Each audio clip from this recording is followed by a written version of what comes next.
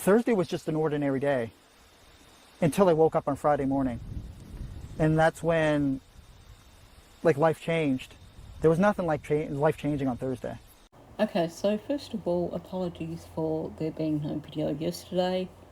I've kind of slowed down a bit since Christmas and finding it hard to get back into the swing of things. Also, we're once again being hit with some warm weather, which essentially means if I don't get a chance to record early on in the day, if I get something else coming up, it makes it harder for me to record later in the day because I've got the aircon and all the fans going and everything. So, as you can guess from the thumbnail and of course from the Daniel audio at the very start, this video is once again addressing the topic of Thursday. Did something happen on the Thursday? I think by now most of us are pretty certain that is actually the situation.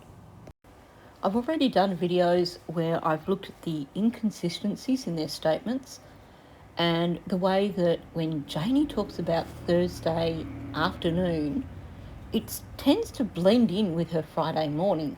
It's like there's this merge in her timelines, and when you're listening to her, you don't know if she's talking about Friday morning or Thursday afternoon. For example, when she talks about raking the driveway and Malaya standing in front of her RV pretty much in one breath.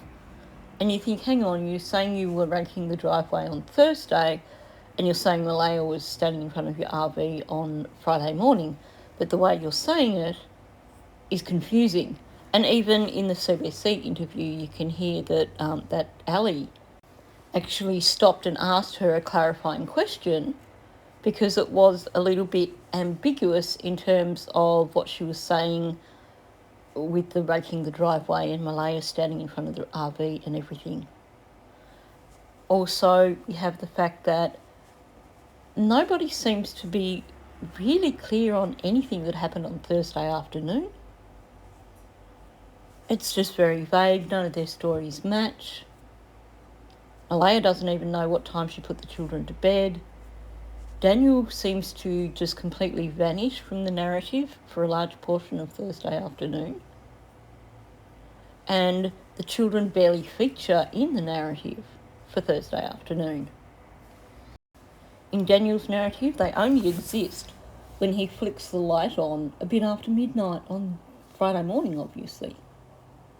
In Janie's narrative, well, they're out there digging for worms, but then she goes inside and she's got no idea when they go inside.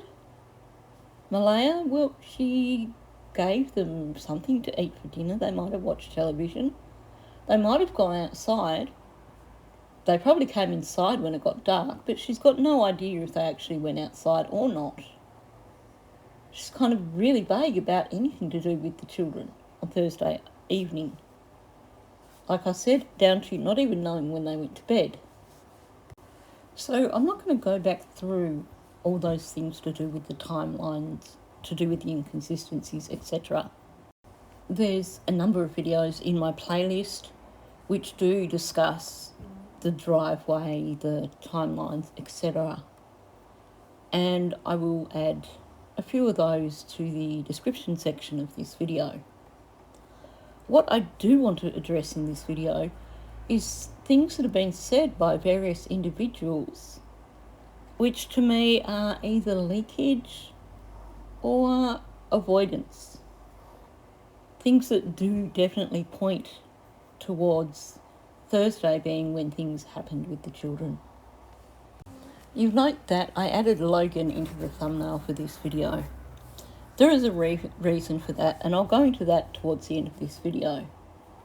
But what is interesting is that this lawyer, Darlene, has now come out and said that she's discovered that allegedly Justin, Martel and Logan were both on the property Thursday evening. Now, I've not dug into that much at this point in time, so I'm not going to address that too much in this video, but I am going to make a few comments regarding that towards the end of this video. There's a reason why I have included Logan in the thumbnail and not Justin at this point in time. and that is, this one is about statements that are being made by people. And obviously, Justin has made no statements whatsoever. Now, one YouTuber has come out and first of all stated that she's become quite good friends with Logan Mackenzie, and that she's been getting all this inside information from the Mackenzie family and she trusts them, which I find a little bit interesting. And one of her comments was, well, had Justin been there, surely we would have heard about it by now. There would be leaked information. My comment to that is, how would there be? Because the only people who would know that Justin would be there are people who are involved with the case anyway, and who may have a reason to hide the fact that he was there. We've seen this with the Kylie Rodney case. We had a woman come out very early on in the Kylie Rodney case doing a tour of the internet, talking about the party and things that may have occurred, and she swore black and blue that her daughter was nowhere near the party. Her daughter was in another state, and she made sure that her daughter didn't come back after Kylie went missing. One of the things that stood out was that she very rarely mentioned her son. The only time she mentioned her son was when someone made accusations of her son having been at the party. Well, information that's coming in from various sources now has shown that her son definitely was at the party, and he was one of the people involved with whatever happened to Kylie Rodney. Likewise with the boy who was Kylie's boyfriend at the time that she went missing. Nothing was said about him for so long. The only reference to him was, I believe it was his mother happened to mention, or his father, one of his parents, mentioned in an online chat that their son had been quite close with Kylie. It was only later that we discovered that he'd been her boyfriend. And he has been kept out of the equation so very well. So saying that someone isn't involved because they're not in the narrative, and someone must have talked about them if they were involved, is BS. Because we've got instances in the past where we know people have been involved, and there has been this conspiracy of silence to try and protect them. Anyway, I'll go into Logan and Justin a little bit more at the end of this video, but let's just jump in and make a start. The last few days have been very stressful. I mean, ever since the Friday morning when we noticed that the children were gone. It should be self-explanatory that the last few days being stressful relates to the children going missing. And according to the media, the children went missing on the Friday morning. So he's adding in ever since the Friday morning, which is totally unnecessary, because we know that he's referring to the children going missing. You'll note also that he doesn't say ever since we discovered that they were missing. It's ever since the Friday morning. That's one red flag for me, for starters.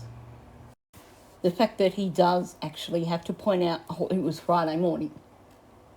The other huge red flag is the stuttering that's going on here.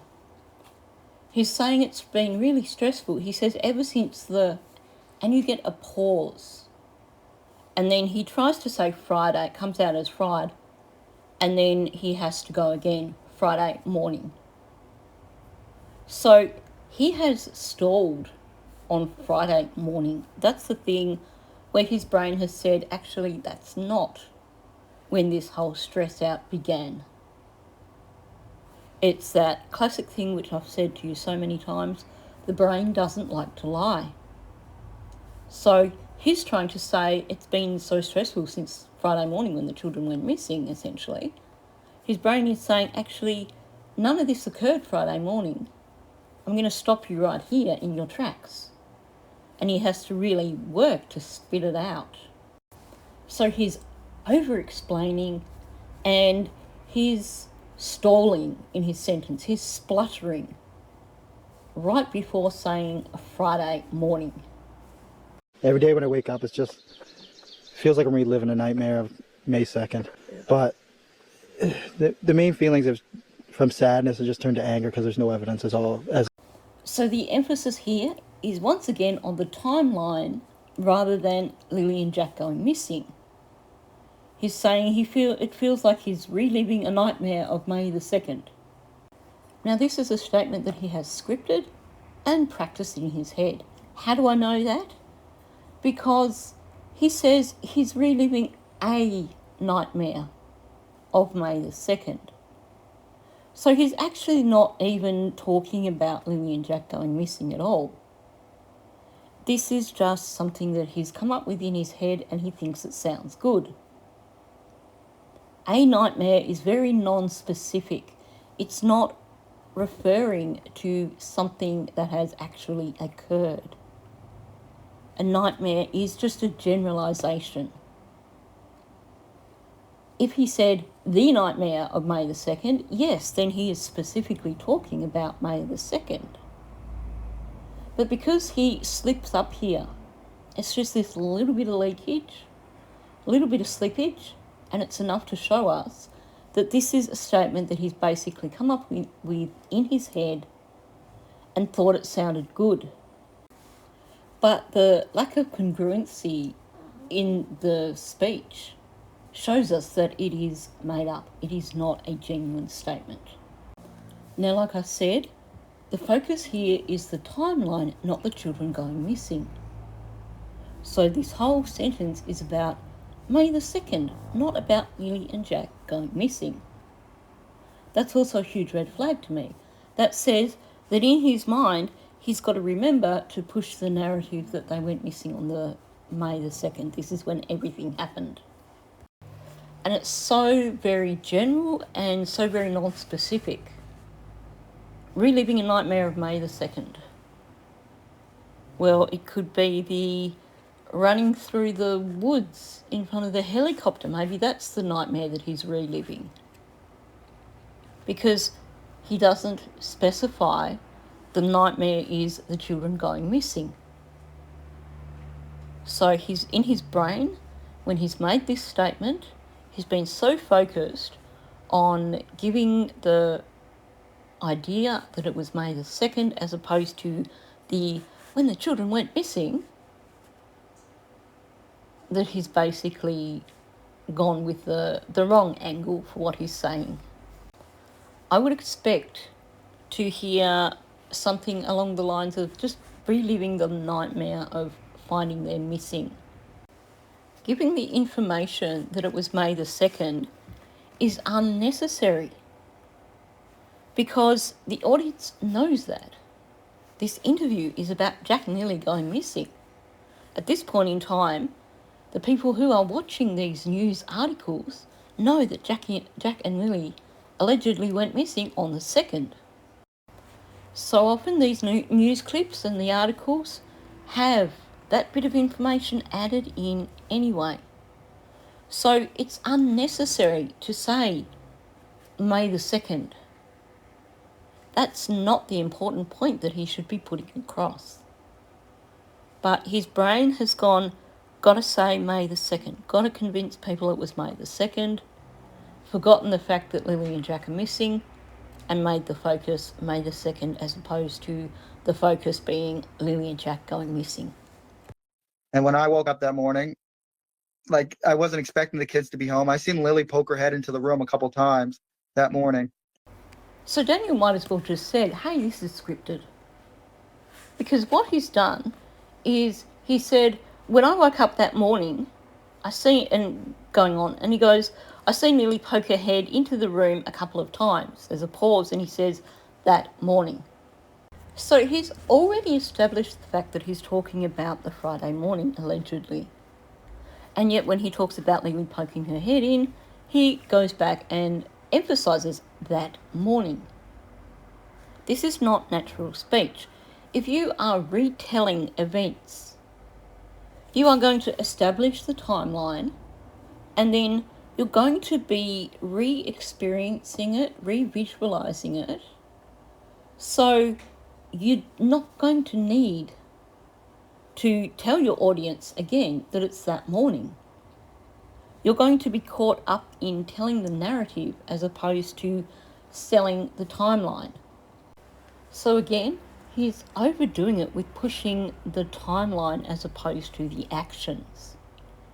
In his head, Friday morning, getting that out there to his audience is far more important than talking about what allegedly occurred.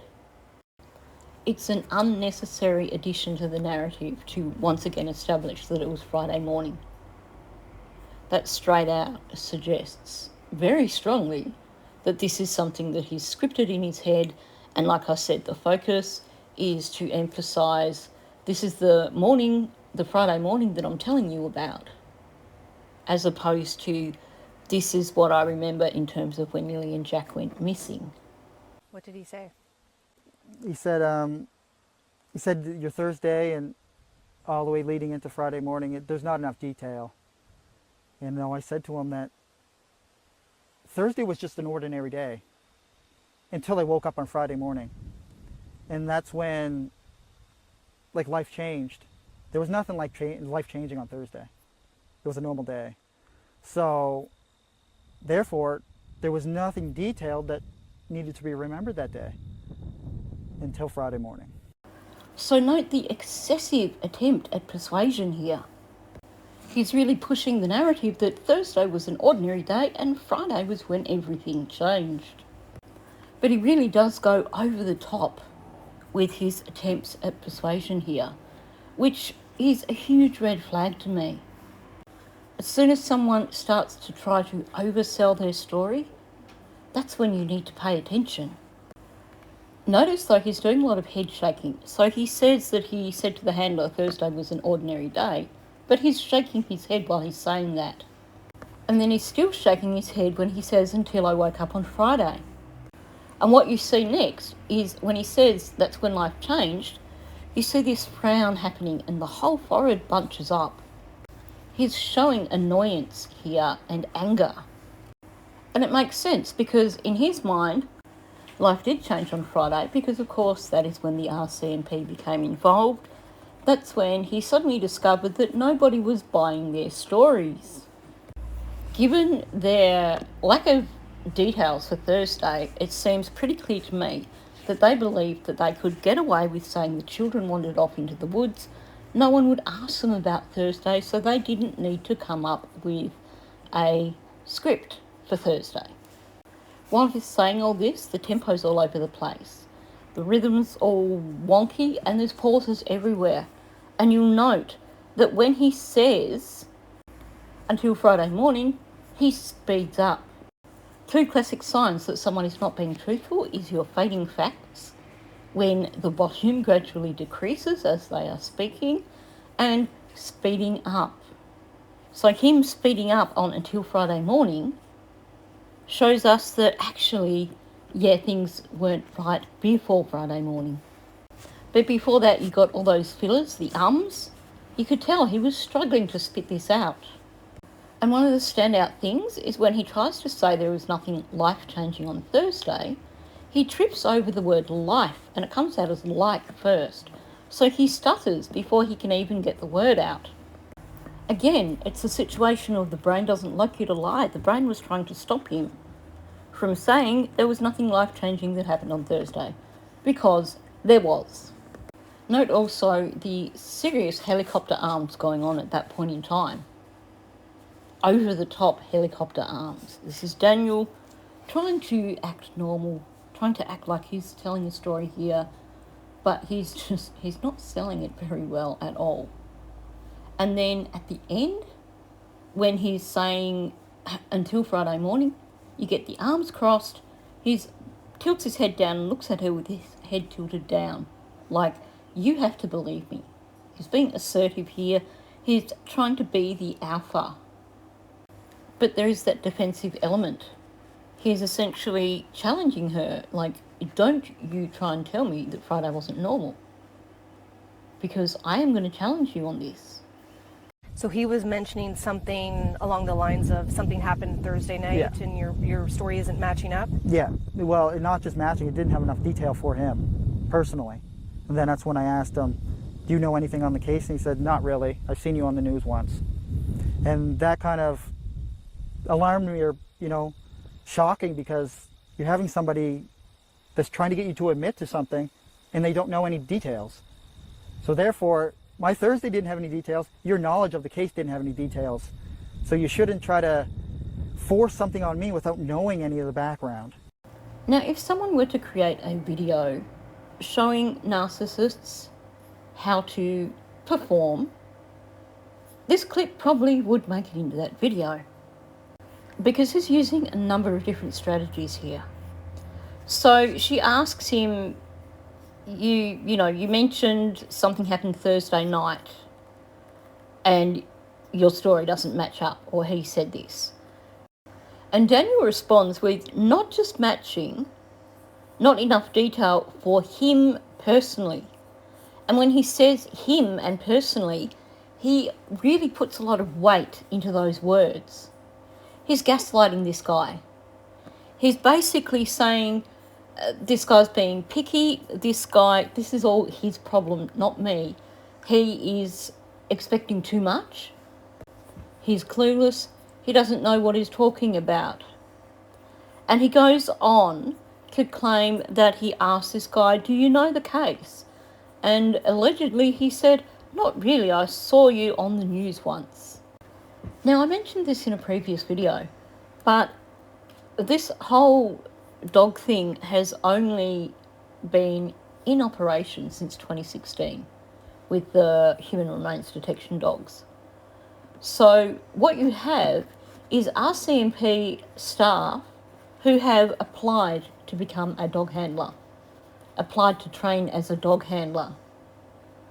Now, you can imagine that with a new program like that, there's going to be high demand. The people who are the dog handlers here with RCMP are the cream of the crop. They've had to prove that they are worthwhile to actually be able to get that position. And in fact, this particular sergeant that Daniel is talking about, I can't remember offhand, but I know he's had quite a lengthy and quite a successful career. This guy is no hack. So if he did actually say to Daniel, oh, not really, I've seen you on the news once, he was taking the mickey out of him.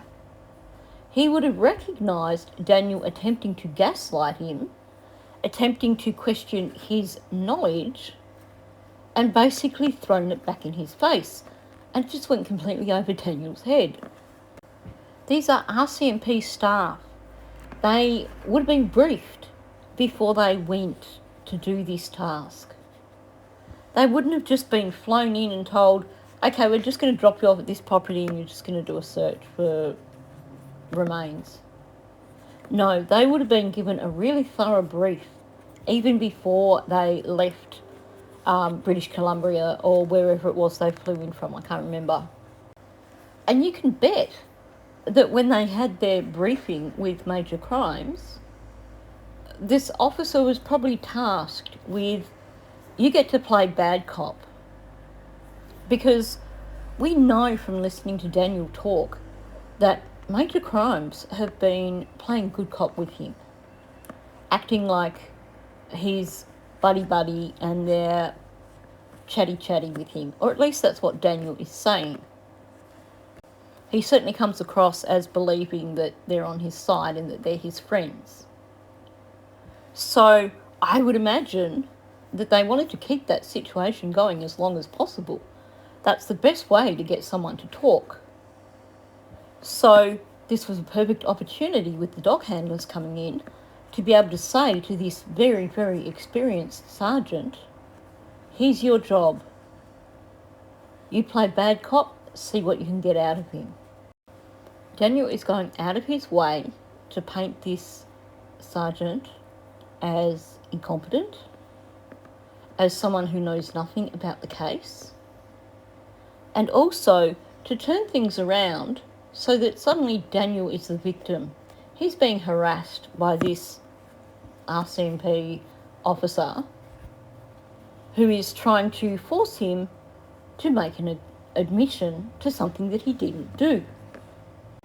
So he's going out of his way to play the victim, to give the impression that this guy had it in for him and knew nothing about the case but decided he didn't like him and was therefore going to harass him and try and force him to make this confession. He's flipping the script here. As opposed to him being a suspect who is being questioned by a law enforcement officer who believes that actually there's things with his story that don't match up and they believe that whatever happened occurred on the Thursday and he was responsible. He's flipping that on its head and making it look like he's a victim here, and they're making false accusations based on absolutely nothing. Now, we know Daniel is the master of coercive control, and yet what he's trying to convey here is that it's actually this officer who is actually attempting to be coercive towards Daniel. He specifically uses wording like, force something on me. So you shouldn't try to force something on me without knowing any of the background. So he is flipping it here and saying, this guy is trying coercive control on me. But also doing the gaslighting. This guy is too ignorant to know what he's talking about. So he needs to shut his mouth and stop bullying me, essentially. And when she says, did he make any accusations, you'll notice he really emphasises, yes, he did. He's really trying hard to sell this. He's trying to act the victim. He's trying to act so indignant to give the impression that this guy is totally out of line. Did he make any accusations at you? Yeah, he did. He said that Thursday didn't have enough details, and we think you did something to the kids Thursday night. And I asked him, like, what are you talking about? Like, I just ran through whole Thursday and Wednesday with you. Like, we just spent the last 20 minutes talking, and there's not enough detail because I thought it was an ordinary day. So after saying, yes, he did, in terms of did he make accusations, you can hear him really struggling to spit out what this guy said. So what he's trying to say is that the guy said to him, Thursday didn't have enough details, and we think you did something to the kids Thursday night. But he splutters and struggles over it big time. That to me says this is a cause of major concern for him. In this instance, the struggling to spit it out, I don't think this is about his brain saying, this is a lie, don't say it, because everyone has been saying by this point that it really does appear like something happened on the Thursday night to the children, not the Friday morning.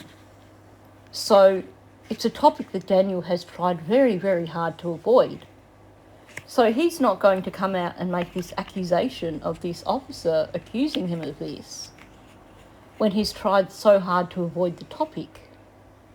So the reason he's stumbling here is because it is a topic he does not want to bring up. But at the same time, he wants to play the victim. He wants to get sympathy, and he wants to discredit this officer. So he's basically doing this wrestling internally between wanting to really make this officer look bad, and presumably part of the motive there is that down the track, he wants to discredit this guy, but also this is someone who has a need to be in control. He would have been greatly affected by this confrontation because this is someone trying to take control away from Daniel. This is someone in authority who has challenged his narrative. So it's something that for him, he needs to act on. He has to publicly try and discredit this person as payback for how they made him feel. But like I said, at the same time, he's struggling because he doesn't want to bring up the topic of something happening to the children on Thursday night. What we're seeing here, to me, definitely points towards him having trouble addressing Thursday night. And he's tried every which way to go, oh, Thursday was just any other day. It's not important, so why should I remember details? He's really, really trying to oversell the notion that Thursday was insignificant, so why would he have a lot of details? He's saying, well, there's not enough detail because I thought it was an ordinary day. Ironically, for starters, he's dumping Janie in it here, because when she gives an account of the week leading up to when the children went missing, she brushes over Tuesday and Wednesday, and Thursday is when she starts giving details about them being out playing with worms in the garden or whatever it was she said. So he's basically dumped Janie in it already. But here's the thing. Allegedly, Thursday is the last time that Malaya and Daniel saw the children. Maybe, allegedly, it was a normal day. But here's the thing. First of all, they would have been questioned on the Friday, the very next day, about what happened on the Thursday. So there shouldn't have been any problems with remembering, because he's already had to retell it on the Friday. And then several times more over the subsequent days. He was interviewed, I think, twice on the 2nd, on the 4th, on the 6th, and we don't know when else after that, because they're the only ones that are listed in the documents. But within a four-day period, he'd been questioned, meaning that he's told detectives, allegedly, what happened on Thursday already. So for this guy to be saying there's not enough detail, and Daniel saying, well, there's not enough detail because I thought it was an ordinary day, I could tell you pretty much everything from when I got up yesterday morning to when I went to bed yesterday morning. And it was an ordinary day. But when we're talking about a situation where you've lost someone, now in this instance, yes, maybe, allegedly, the children have just gone missing, but this is still a significant moment. So you remember the last time you saw them. I could talk to you about the last time I saw my father before he died. I could talk to you about the last time I saw my mother before she died. I could talk to you about conversations, final conversations.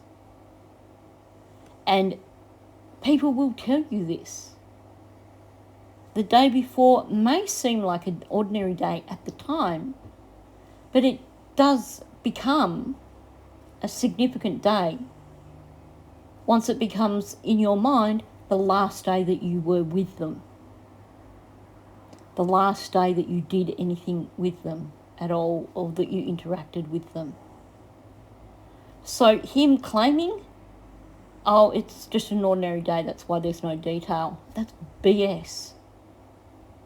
Because even if the children went missing Friday morning, that day should be permanently etched in his brain as the last day that he was with those children, if he actually gave a damn about them. But we know that's not the case. So by pushing really, really hard to convince people that, well, the reason there's no details about Thursday is that it wasn't really significant, he's actually showing that it was. Okay, so let's move on to Janie. On May 1st, nobody was here. On May 2nd, when Jack and Lily disappeared.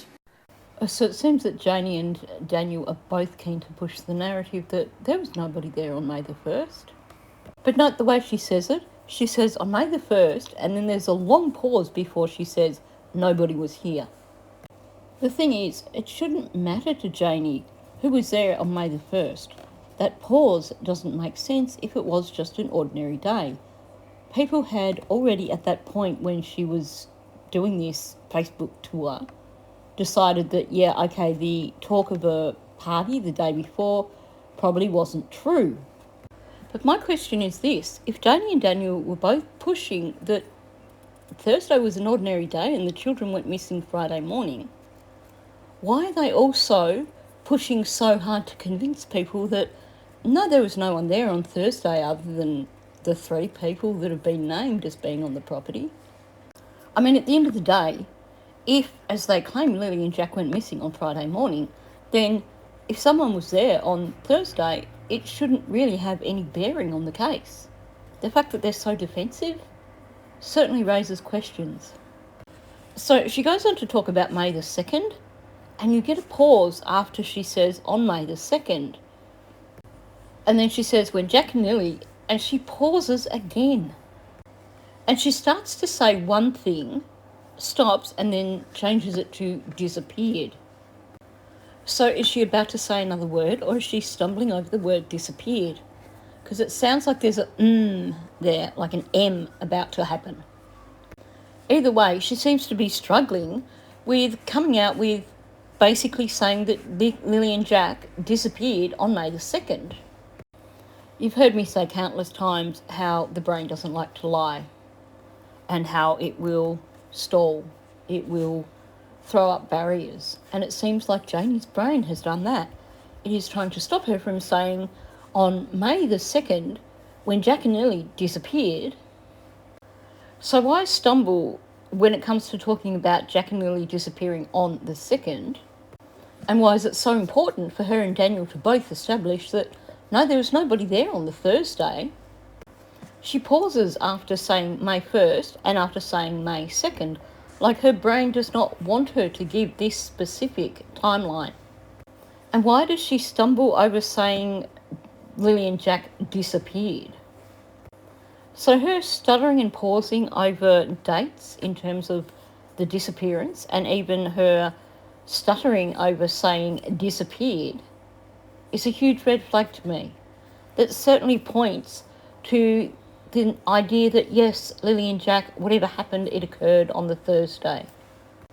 Because both her and Daniel really do struggle with talking about Friday in terms of when the children allegedly went missing.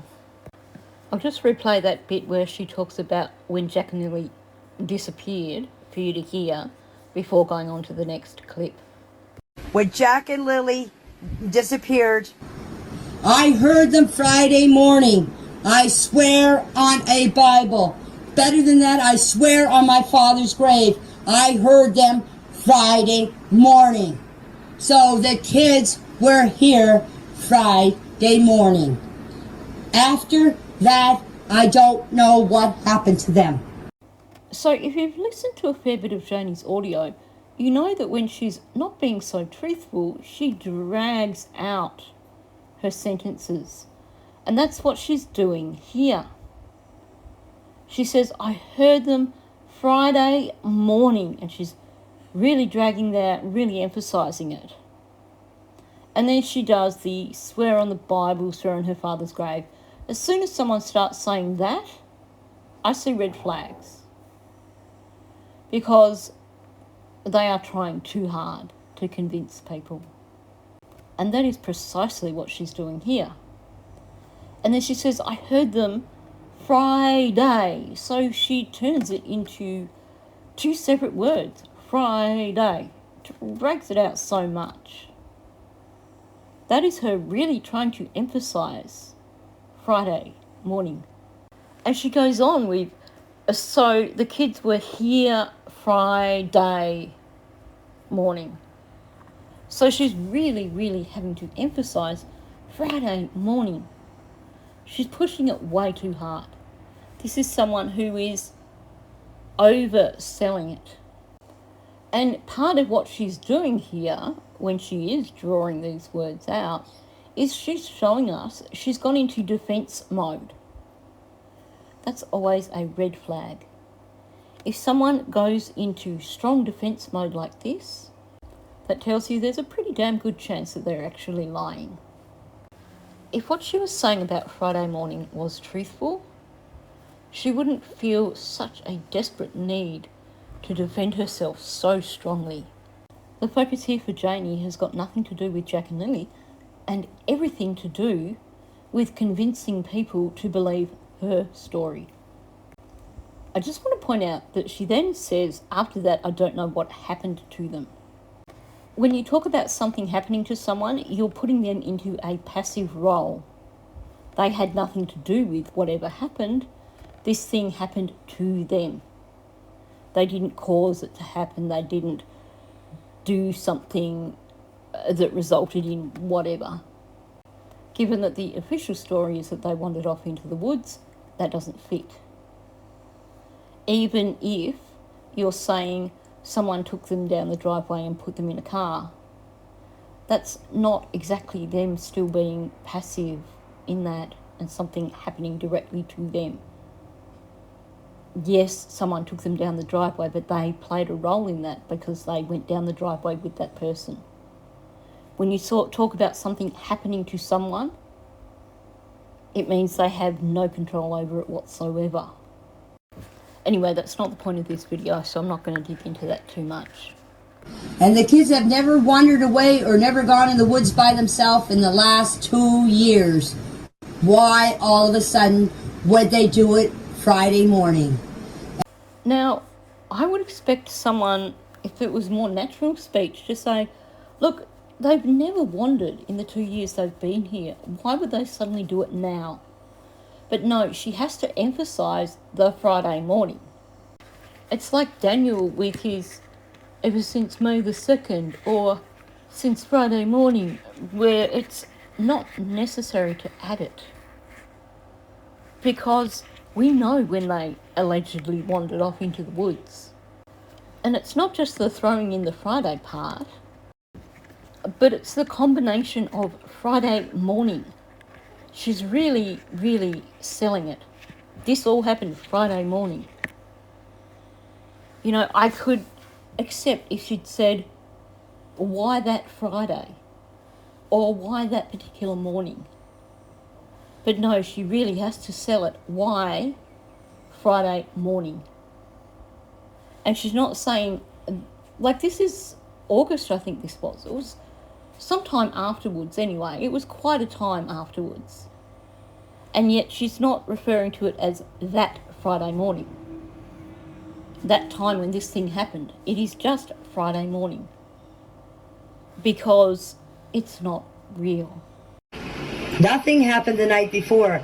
I already told you. I heard the kids here Friday morning. Nothing happened to those kids Thursday night. Friday morning I heard them. First of all, note the attempt to gaslight here. I already told you.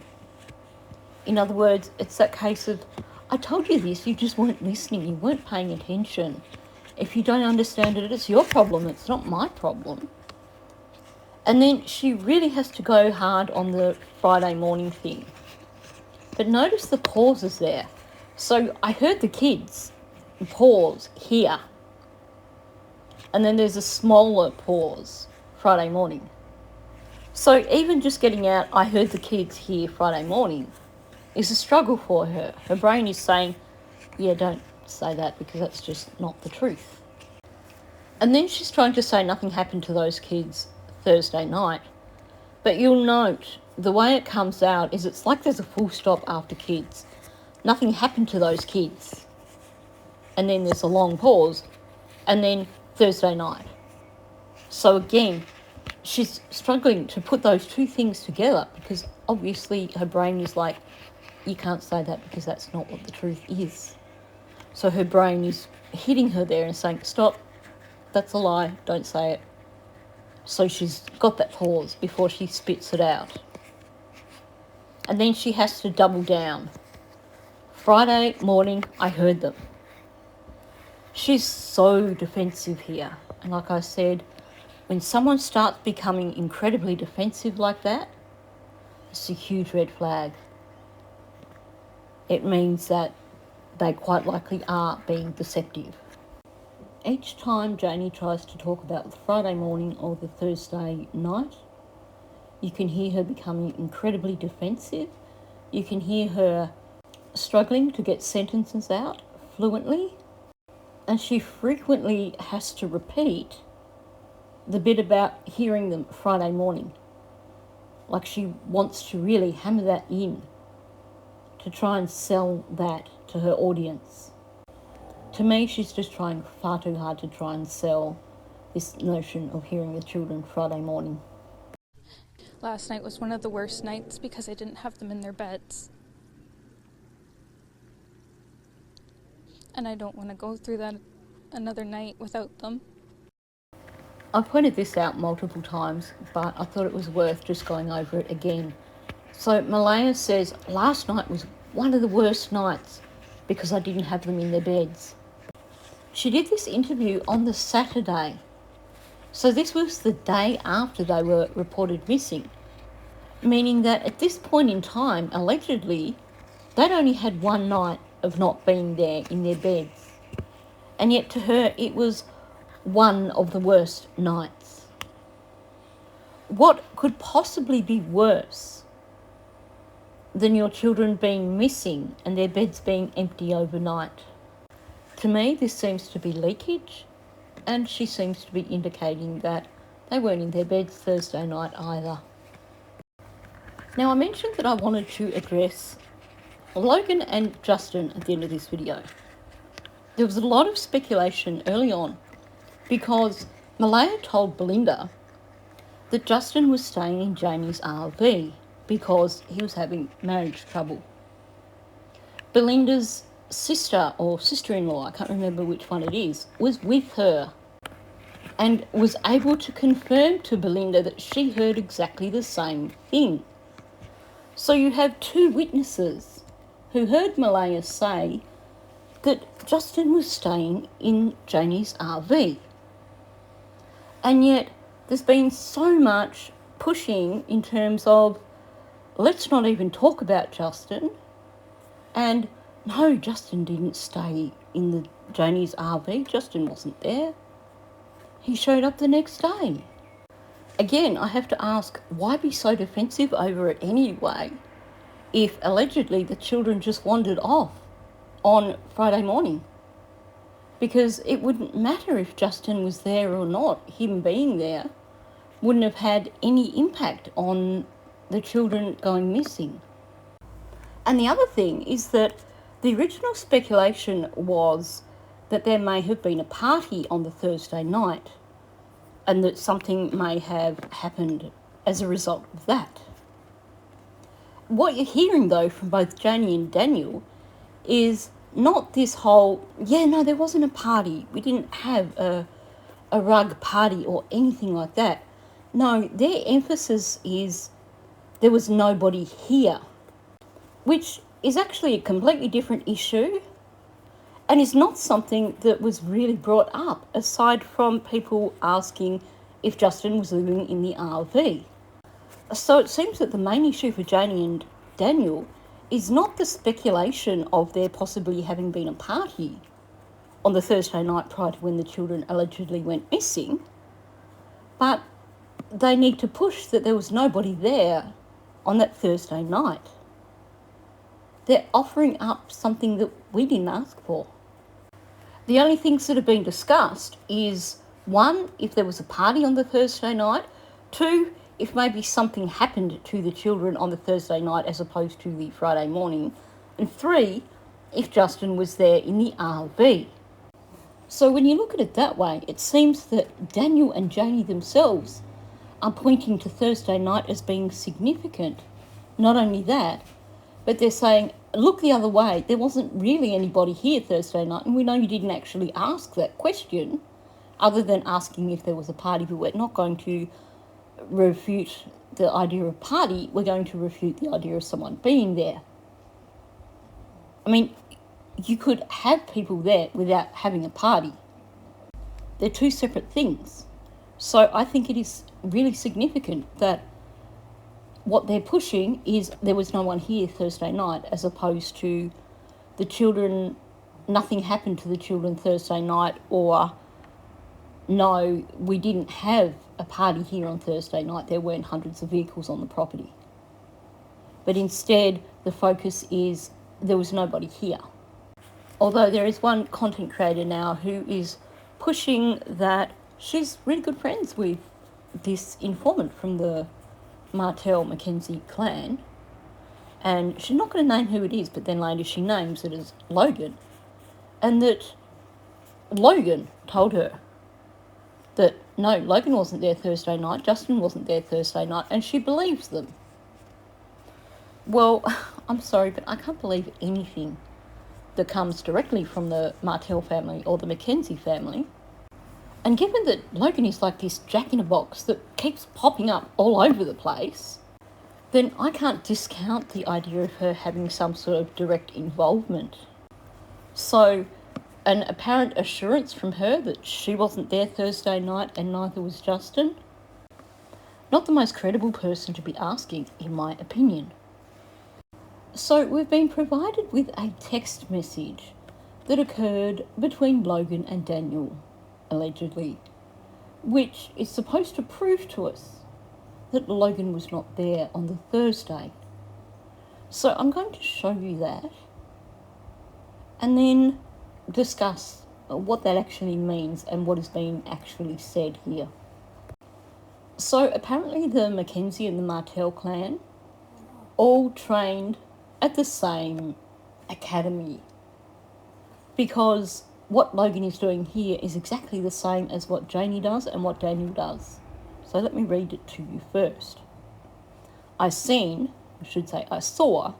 that Belinda's lawyer is trying to say I was in Lansdowne May 1st. According to my work schedule, I was at work at 8 a.m. and my children were in daycare. Brody was in school. So unsure where that lie has come from, but it's definitely not correct. Not sure, I never spoke to that woman before in my life, so how she would know where I was is beyond me. I'll come back to that in just a moment. Daniel's response, I've never spoken to her either, but she has it out for me, Mum, Justin, and now clearly you. She obviously doesn't think logically in any sort of capacity. Gaslighting much? No one was here on May 1st other than me and Malaya and the kids. Well, Mum too, but I think you could have guessed that. Lol. Okay, put a pin in that too. I'll read it through and then I'll address the whole thing. The shiz they come up with is unreal. The fact that a lawyer is throwing out false accusations. The sentence doesn't finish, it's just the fact that a lawyer is throwing out false accusations. Now, before I break it down, this is so clearly staged. This is a conversation between Logan and Daniel. You know, they are cousins, and we know that they are incredibly close. First of all, the red flag is Logan giving this full-on alibi, mentioning that her children were in daycare and Brody was in school. Well, I think given that Daniel is her cousin, he would know that that's where they were. How that relates to her being in Lansdowne, I'm not really sure, but clearly it's something she thought was important to throw out there. And then she goes on about her work schedule, which you would imagine also that Daniel would know. If he didn't know specifically, you would expect that she would be saying, you know that I'm working on Thursdays. You know that I start work at 8. She doesn't have to offer up these justifications to Daniel because he knows these things already. She's doing this for an audience. And then, big giveaway from Daniel, he has to then push with the, no one was here on May the 1st other than me, Malaya, and the kids. Oh, and Janie. Again, something that he doesn't need to explain to Logan. And then the second comment from Logan is a definite attempt at gaslighting. This is meant for an audience. It is meant to basically make people look stupid. Hey, you guys are really dumb that you think that. It is meant to convince an audience. The making the allegation that this lawyer is throwing out false accusations, that is there for an audience. That is not there as a discussion between her and Daniel. Now, before I double back to Logan's first statement, I just want to point out here, like I said in terms of Justin, if nothing happened to the children on Thursday, would it matter if Logan was there at some point in time on the Thursday? It wouldn't. So the fact that they have to go to these lengths to create this little text message conversation that they can then share with a YouTube creator as evidence somehow that Logan wasn't there on the Thursday really does point me back towards Thursday. It really does suggest that Thursday really was significant and that is definitely when something happened to the children. Now, going back to what Logan started out with, she's pointed out that according to her work schedule, she was at work at 8 a.m. So she's done a Janie here. She's only given part of the information here and expected her audience to make the right leap. She said according to her work schedule. She didn't say she definitely was at work at 8 a.m. She's just saying according to her work schedule, that's where she was. So that's not even telling us if she was actually at work at 8 a.m. But that's actually not relevant because we're not talking about Thursday morning. We're talking about Thursday evening. Now I'll come back to that because she then goes on about her children being at daycare and Brody being at school. Well, wouldn't that mean that you are off the hook in terms of your role as a parent? Wouldn't that mean that you were free throughout the day if you weren't at work to do whatever you chose because you didn't have to look after your children? But again, what she's talking about here is your standard 9 to 5 working hours here, or 9 to 3 or whatever time school finishes in Nova Scotia. If she was at work at 8, then I'm guessing she probably finishes work by like 4 o'clock or something like that. We know that Daniel and Malaya and the children didn't even get back to 1407 until about 3:30. So what Logan has done is presented people with well, don't look at me because I was working and my children were in school or in daycare, so obviously I wasn't there on the Thursday. Not actually thinking that people are going to use a little bit of logic and realise that actually she's not talking about Thursday night at all. There is nothing here that accounts for where she was Thursday night. Well, hey, get your kids fed, tucked into bed, leave hubby at home to look after them, and go and hang out at your cousin's place. So she's not accounting for her whereabouts at all. She's only accounting for her whereabouts during the day, when Daniel and Malaya and the children were off in town doing things anyway. The question was about her and Justin being there on the Thursday evening. This is what was claimed by Darlene. Now, this statement, not sure I never spoke to that woman before in my life. Well, that is a double negative. She could be saying here that, yes, she has spoken to her. She's not sure if she's spoken to her or not. But I don't think that's what she's actually aiming for here. I think this is just a reflection of someone with not such a high level of literacy. I mean, she started out by saying I seen instead of I saw. So I think that tells you her literacy level. But what she's presenting here is a false logic. Basically, because she's never spoken to this woman, there's no way that she could know where she was. The thing is, this woman's probably got other sources. And maybe she has spoken to someone who did happen to know where Logan was on that evening. So just because Logan didn't tell her doesn't mean that she didn't actually get the information somehow. And I mean, it's crazy. This YouTube creator is supposedly friends with Logan and Daniel, and yet we're not getting a message from Logan to this individual saying, this is the situation. We're not getting a message from Daniel saying, this is the situation. No, we're getting a screenshot of a message between the two of them. Like it's secret conversation that, shh, don't tell, but I'm going to show you this. Total BS.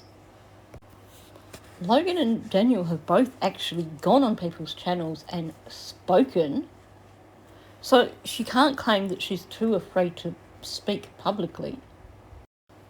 She comments in chats, on videos, on Facebook, frequently. So it's not like she's afraid of making a written comment.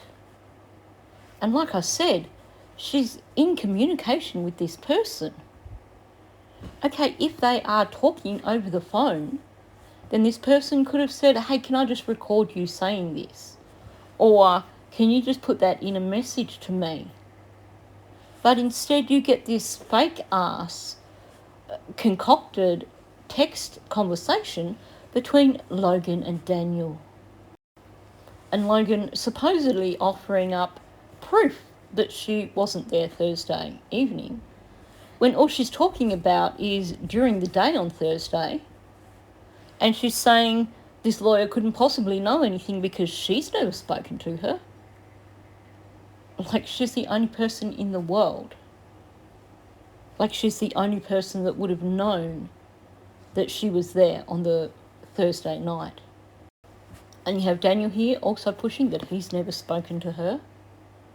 So this is their way of trying to convince people in this fake little conversation between them that Darlene is lying because neither of them have spoken to her, so she couldn't possibly know this information. And then the gaslighting. Oh, she's got it out for me and Justin and now clearly you. This is like Daniel when he was talking about the dog handler that we're supposed to believe had it out for him because he was accusing him of doing something to the children Thursday night. If someone basically is suggesting that Daniel's done something wrong, they've got it out for him. Let's just ignore the fact that he's lied for the last 7 months, that everyone's stories contradict each other, that none of the stories actually add up, and that he's continuously changed his own story. But hey, yeah, everyone's got it in for him and his family. Again, he's flipping it and playing the victim. Now, I'll be honest, until this response came out from Daniel and Logan, then I probably would have taken what this lawyer was saying with a grain of salt unless she was able to produce solid receipts. Now, I don't know if that has occurred because I haven't had a chance to look into it. But she's not the most credible person. And we've seen, I've shown you in previous videos, we've seen that her alleged private investigator is an outright liar. So, had she made these allegations and there was no response from Daniel or Logan, I probably would have just forgotten about them. But this response, this text conversation that has clearly been created specifically for an audience that is supposed to convince us that Logan wasn't there on the Thursday night, has the opposite effect. It suggests to me, for starters, that Thursday definitely is significant because nobody wants to have been seen to have been there on the Thursday night. We can't consider that Justin was there. We can't consider that Logan was there. it's something that is so important that they've got to create fake text messages about it. So this response certainly makes me think maybe Logan was there Thursday night, and maybe she was there when whatever happened to the children occurred. And consider this.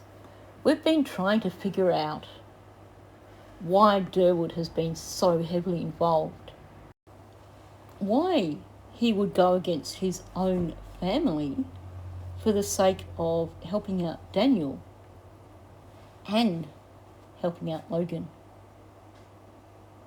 Because he made it clear that he got along really well with Logan. And there's this rumour, which may or may not be true, that he was in a relationship with Logan's grandmother. We know that, and I did a video on this only a week or so back, when you look at the motivation, when you look at the timing, when you look at everything that Durwood was saying in all these times that he was ringing up YouTubers, it seems the motivation was to get Meadow off Malaya, to ensure that Malaya lost custody of Meadow, and to get Meadow in Logan's custody. But could it also be that the reason that Durwood came out so hard and is still going so hard is because essentially Logan is like his step-granddaughter, I guess. And if she was there when things happened, is he trying to defend her as well as Daniel?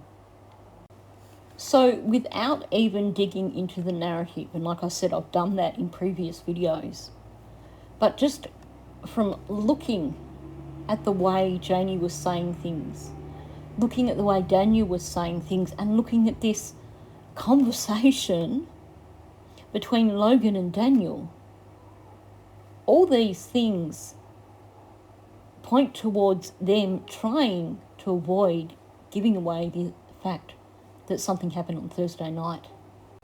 The moment Janie and Daniel both start to talk about Thursday night or Friday morning in terms of the kids going missing, all these red flags pop up in terms of their speech.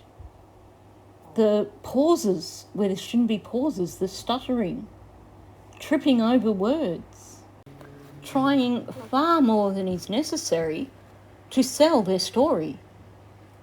And now you have Logan coming out, bending over backwards, trying to sell this notion that no, she wasn't there Thursday.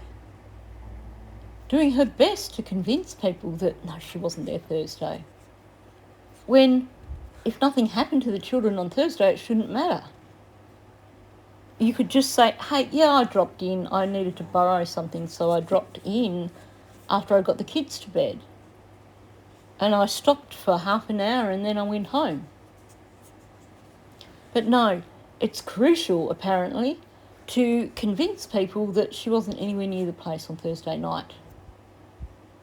Thursday night, which according to Daniel was just an ordinary night. When you look at the lack of detail in their narratives in terms of Thursday and Thursday night, when you look at the inconsistencies with Thursday night, Friday morning, all these things, by the time you have them, already make it look like something happened Thursday night. But now, when you actually look at their speech, look at their language, it really does seem almost definitive that whatever happened to Lily and Jack occurred on Thursday evening. In terms of whether or not Logan was there the Thursday evening, I think the thing that is significant is not so much whether or not she was there, but the fact that she has to go out of her way to make sure that people know that she definitely wasn't there. This certainly suggests that not only does Logan actually know what happened to the children, but that she knows that it was Thursday night and therefore she needs to separate herself from whatever happened by giving herself an alibi, forgetting that she's just given it for the day and not for the Thursday evening. So I'm going to finish it there. Thank you for listening. Now, as I say always, if you are new to my channel, please subscribe. Also, please hit that like button that gets this video out there into the algorithm and gets it seen by more people. And of course, please leave a comment below. I know I'm really not good at the moment at responding to people's comments. I do read everyone's comments. It's just not always possible for me to actually respond to every single comment. So on that note, thank you, and I'll catch you in the next one.